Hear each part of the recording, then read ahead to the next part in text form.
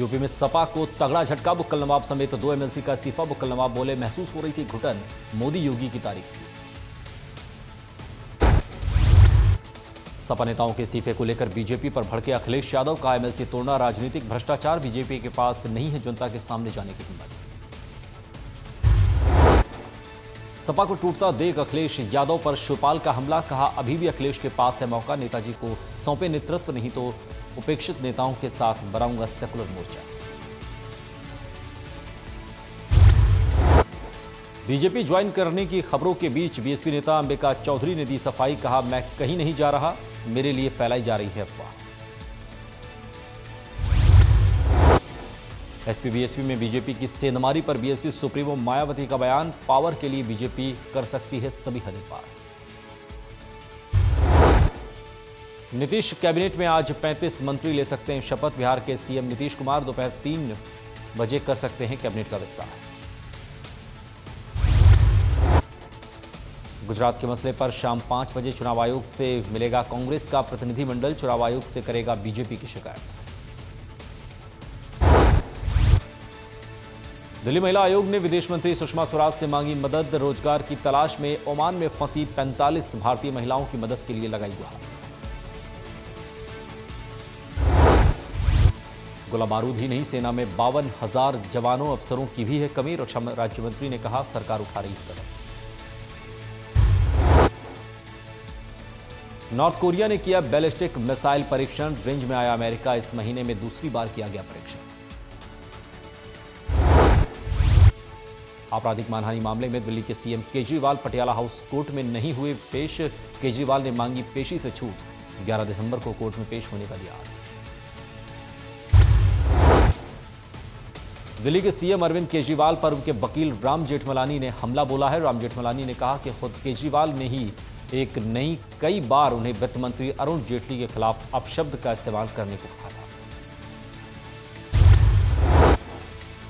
भारत और चीन के बीच चल रहे सीमा विवाद का असर अब हर जगह देखने को मिल रहा है। सीमा विवाद के चलते इंडिया मार्केट में चाइनीज माल की डिमांड में भारी कमी देखने को मिल रही है। राखियों का कारोबार करने वाले कारोबारियों की माने तो उनका यह भी कहना है कि हाल में ही इस साल चाइनीज राखियों की डिमांड सबसे ज्यादा रहती है, क्योंकि ये राखियां सस्ती और काफी कलरफुल होती हैं। लेकिन पिछले साल के मुकाबले इस साल इनकी डिमांड काफी कम है। पूर्वी दिल्ली के आनंद विहार कड़कड़डूमा कोर्ट के पास एक घर के बाहर 3 चोरों ने एक व्यापारी को पिस्टल की नोक पर 2.5 लाख रुपए लूट लिए। सारा मामला सीसीटीवी कैमरे में कैद। दिल्ली के आरकेपुरम इलाके में अरुण नाम के एक बीएसईएस के कर्मचारी की करंट लगने से मौत हो गई है। बताया जा रहा है कि जिस वक्त बिजली कर्मचारी खंबे पे काम कर रहा था, उसी वक्त उसकी स्ट्रीट लाइट में करंट आ गया। हापुड़ में बुलंदशहर रोड पर फूड विभाग ने एक डेयरी पर बड़ी छापेमारी की है और नमूने भरकर जांच के लिए भेज दिए हैं। अधिकारियों का कहना है कि जांच के बाद उचित कार्रवाई की जाएगी। उकलाना बीडीपीओ कार्यालय के सामने गांव मुगलपुरा के ग्रामीण गांव में किए गए अवैध कब्जों को हटवाने की मांग को लेकर पिछले 2 महीने से अनिश्चितकालीन धरने पर बैठे हुए हैं और प्रशासन पर अनदेखी करने का आरोप लगा रहे हैं। ग्रामीणों का कहना है कि गांव में कुछ लोगों ने अवैध कब्जे किए हुए हैं और इन अवैध कब्जों को हटाने की मांग को लेकर वो 2 महीने से लगातार धरने पर बैठे हैं।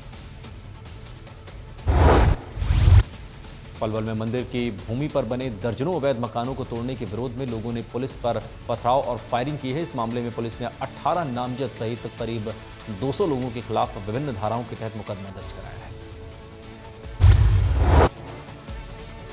4 फुट पानी में नहाने के लिए स्विमिंग पूल में उतरे 30 साल के एक युवक की संदिग्ध परिस्थितियों में मौत हो गई। मृतक का शव पोस्टमार्टम के लिए रेवाड़ी के सामान्य अस्पताल में पहुंचा दिया गया है।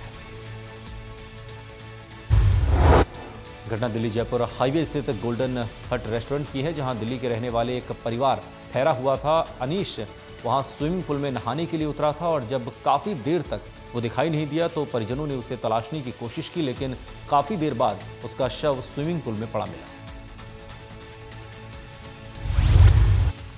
राजस्थान के बाद अब हरियाणा में भी महिलाओं की चोटी कटने का सिलसिला ने जोर पकड़ लिया है। लगातार एक के बाद एक हो रही चोटी कटने की घटनाएं सामने आ रही हैं, जिसे लेकर महिलाओं में अब भय का माहौल है। रेवाड़ी में अपने घर में सो रही एक महिला की अचानक चोटी कट गई और इस घटना के बाद महिला को बेहोशी की हालत में ट्रॉमा सेंटर में भर्ती करवाया गया है, जहां परिवार के लिए भी लोग सहमे हुए दिखाई दिए। फतेहाबाद में पुलिस ने रेप के झूठे मामले में फंसाकर राशन डिपो संचालक से 1.20 लाख की ब्लैकमेलिंग करने के आरोप में 2 महिलाओं सहित 3 लोगों को गिरफ्तार किया है।